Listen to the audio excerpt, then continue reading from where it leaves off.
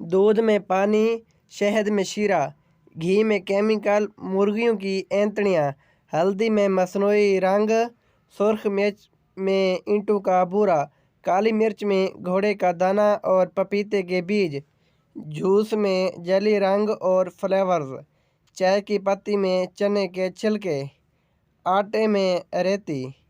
چنے کے آٹے میں لکڑی کا بھوسا، پھلوں میں میٹھے انجیکشن، سبزیوں میں رنگ، پٹرول میں گندا تیل، اسبغول میں سوجی، بچوں کی چیزوں میں زہر آلود مٹیریل، بکرے کے گوشت کو پانی کے انجیکشن لگا کر وزن زیادہ کرنا،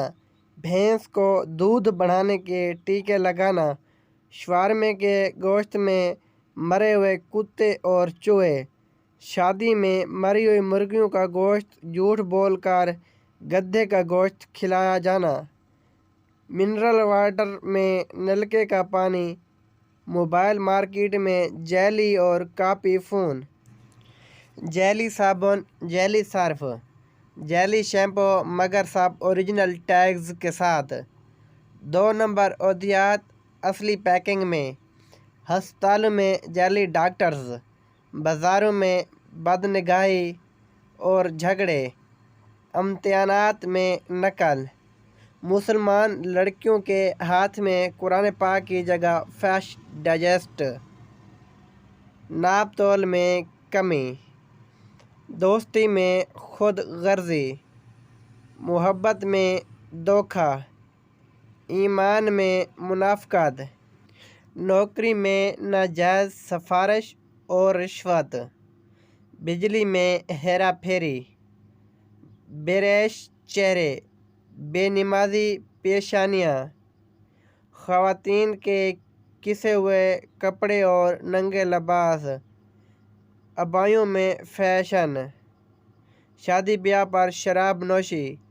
مجرے اور فائرنگ، مرد و عورت کا اختلاق، مردہ عورتوں کے ساتھ قبروں میں ریپ، موبائل میں فحش تصویریں اور فلمیں، ٹی وی پر ننگے ناچ، بھائی بہنوں میں نفرت، ماں باپ کی عزت میں عدم و تکریم، رشتہ داروں سے قطع تعلقی، پڑوسیوں سے بدسلوکی، استادوں سے بدتمیزی، بغیر عمل کا علم، مساجد ویران، سینما گھر آباد، میاں بیوی میں نفرت، بچوں پر سختی، غربت کی آزمائش میں چوری، امیروں میں تکبر، اپنے علم پر غرور، روزی میں حرام کی آمیزش، جھوٹ نیکی سمجھ کر بولنا، ڈکیتی، فراڈ، دھوکہ،